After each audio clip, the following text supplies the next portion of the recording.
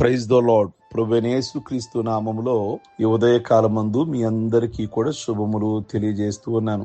ఈ ఉదయకాలమందు పరిశుద్ధ గ్రంథములో నిర్గమాకాండము 12వ అధ్యాయము 26వ వచనములో, మీ కుమారులు మీరు ఆచరించు ఆచారము ఏమిటని మిమ్మును అడిగినప్పుడు ఇది యెహోవాకు పస్కా బలి.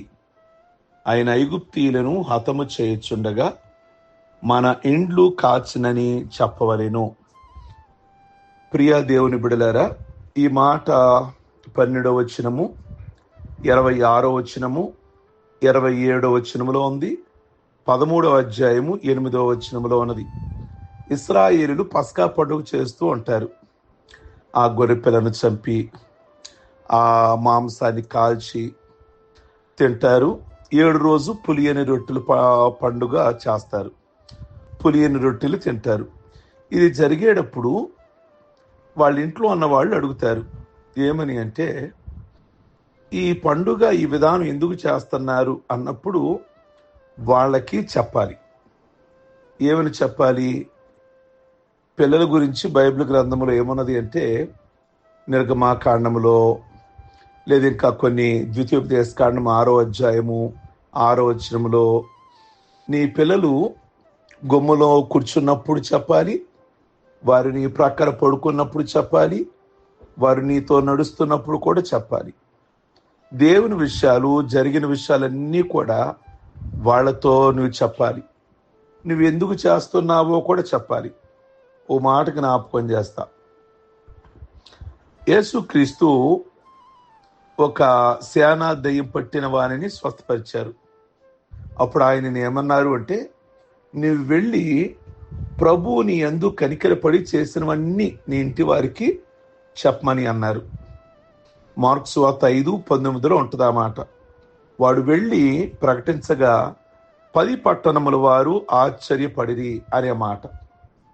10 పట్టణములు అంటే దెకపోలి అంటే 10 గ్రామాలు అని అర్థము. ప్రియ దేవుని బిడలారా, మరి ఈ రోజున మనం అనేకులకి చెప్పవలసిన వారమై ఉన్నాం. దేవుని ద్వారా మనం ఏ విషయాలైతే పొంది ఉన్నామో వాటిని అనేకులకి మనం పంచుకోవలసిన వారమై ఉన్నాము. అందుకే దావీదు ఒక మాట అంటాడు, నేను సమాజంలో వాటిని వివరించెదను అనే మాటను. ఇశ్రాయేలు ఒకసారి యోర్దాను నది దాటారు కనానులోకి వెళ్ళడానికి. ఇక దగ్గరికి వచ్చేసారు వెళ్ళడానికి.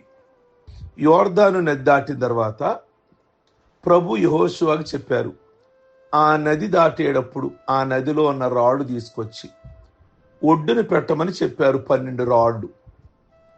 నెక్స్ట్ జనరేషన్, వచ్చే తరం వాళ్ళు అడుగుతారు, ఎందుకు ఈ ఒడ్డును 12 రాళ్ళు ఉన్నాయి అని అడిగినప్పుడు మీరు చెప్పాలి, ఇశ్రాయేలీయులు మన పితరులు ఐగుప్తు నుండి వస్తుండగా యోర్దాను నదిలో నడిచి వచ్చారు.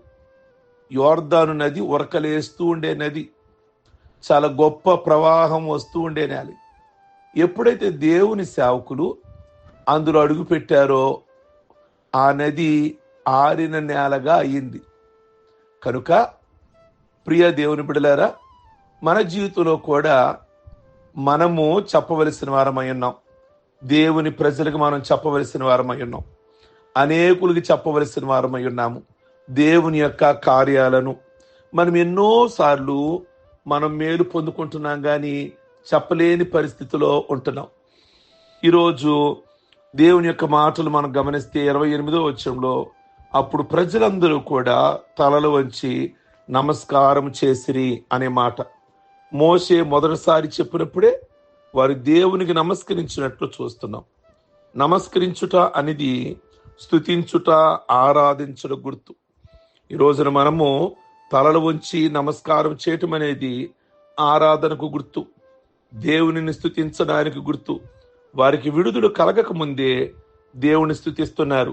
ఇశ్రాయేలీయులు ఇంకా బయటికి రాలేదు ఐగుప్తు నుండి, కానీ జరగక ముందే వారు తలలన్నీ కూడా వంచి దేవునిని స్తుతిస్తున్నట్లుగా చాలా మంది జరిగిన తర్వాత, మేలు జరిగాక దేవుని స్తుతిస్తారు.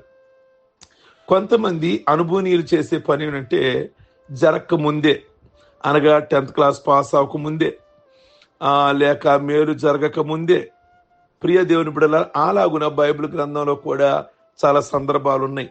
మేలు కలిగిన తరువాత దేవుని స్తుతించిన వారు ఉన్నారు. కొంతమంది వారి నమ్మకంతో, వారి విశ్వాసంతో మేలు జరగక ముందే దేవుని స్తుతించిన వారు బైబిల్ గ్రంథంలో మనం చూస్తున్నాం. అంటే దేవుని వాగ్దానములు నమ్మి అవి నెరవేరక ముందే వారు దేవుణ్ణి విశ్వసిస్తున్నారు. ఈరోజు ఇశ్రాయేలీలు వారు తలలు వంచి దేవునికి నమస్కరించిరి. తలలు వంచుట అనేది వినయానికి గుర్తు. ఒకప్పుడు మన పాప జీవితమును బట్టి తలలు వంచిన వారమే. అయితే యేసుక్రీస్తు కలవరిలో తల వంచి ఆత్మను తండ్రికి అప్పగించారు. ప్రభు తల వంచి మన తలలను ఆయన పైకెత్తాడు. పాపములో మనము తలలు వంచేసాం, ఓడిపోయాం. పాపంలో సాతాను దగ్గర తలదించేశాం. యేసయ్య సిలువలో వేలాడుతూ తలదించి మన తలలను ఆయన పైకెత్తాడు. కనుక ఈ ఉదయకాలమందు ఈ భాగంలో నెంబర్ 1 సాక్ష్యం ఇవ్వవలెను.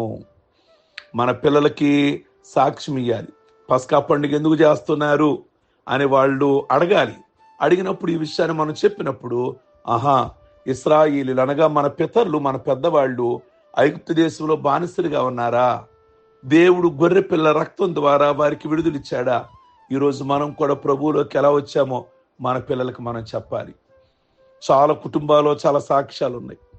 నేను వ్యాధిగ్రస్తుడుగా ఉండగా ప్రభు నన్ను స్వస్థపరిచాడు, అందుకే ప్రభు నేను విశ్వసించా. మీ పిల్లలకు మీరు చెప్పాలి. నెమ్మది లేని సమయంలో మరి ప్రభు నన్ను నెమ్మది కలగజేశారు, అందుకే నేను ప్రభువులోకి వచ్చా. నిజమైన దేవుడు ఎవరు అని నేను అన్వేషిస్తుండగా ప్రభు నాకు కనబడి నాతో మాట్లాడారు. అబ్రహాం అదే చెప్పాడు తన పిల్లలకి. నేను విగ్రహారాధకుడై ఉండగా నేను చూపించే దేశానికి వెళ్ళమని ఆ మహిమ కలిగిన దేవుడు నాతో మాట్లాడాడు, అందుకే నేను ప్రభువులోకి వచ్చా. లేకపోతే పిల్లలకి ఏం తెలుసు? మా తల్లిదండ్రులు మందిరానికి వెళ్తున్నారు కనుక పడి వచ్చేస్తారు ఆదివారం. అది కాదు విషయం. వాళ్ళు అడగాలి, మీరు చెప్పాలి. ప్రియ దేవుని బిడ్డలారా, అప్పుడు పిల్లలకి ఏం కలుగుద్ది అంటే ప్రభు మీద నమ్మకం అనేది, విశ్వాసం అనేది బహుబలంగా కలుగుతుంది. రెండోది తలలు వంచుట అనగా ఆరాధన, సాక్ష్యం ఇయ్యాలి. రెండోది దేవుణ్ణి ఆరాధించాలి ఈ భాగంలో. మూడోదిగా చివరిగా ఆ మాటలు మనం జ్ఞాపకం చేసుకుంటే, యేసుక్రీస్తు తల వంచింది మన తలలు పైకెత్తడానికి. యేసుక్రీస్తు దరిద్రుడిగా అయింది, రిక్తుడిగా అయింది మనల్ని ఐశ్వర్యవంతులుగా చేయడానికి. అక్కడ గొర్రెపిల్ల వధించబడింది గనక ఇశ్రాయేలుకి సంతోషం, బయటికి రాగలిగారు. యేసయ్య వధించబడ్డాడు గనక పాపము నుండి, శాపము నుండి, రోగము నుండి మనం బయటికి రాగలిగాం. అటు ప్రభువుని ఆరాధించండి, ప్రార్థించుకుందాం. సర్వశక్తి కలిగిన తండ్రి, ఈ ఉదయకాలమును బట్టి మీకు వేలాది వందనాలు. ఈ మాటలు అనేకులకి మేలుకరంగా, దీవెనకరంగా, ఆశీర్వాదకరంగా ఉంచి ఈ దినం పెళ్లి రోజులు, అలాగే ఏ కుటుంబంలో అయితే పుట్టినరోజులు, రక్షణ పొందిన రోజులు చేసుకుంటూ ఉన్నారో వాళ్ళందరినీ ఆశీర్వదించండి. ప్రతి విధమైన మేలు, దీవెన, ఆశీర్వాదాలతో నింపి మంచి చదువులు చదువుకోవాలి. మా సంఘ బిడ్డలందరూ కూడా మంచి మంచి ఉద్యోగాలు చేయాలి ప్రభువా. వాళ్ళు గొప్ప గొప్ప వాళ్ళు అవ్వాలి ప్రభువా. ఈ ఉదయకాలం ముందు బిడ్డలందరినీ దీవించి ఆశీర్వదించమని యేసు నామములో అడుగుచున్నాం తండ్రి. ఆమేన్.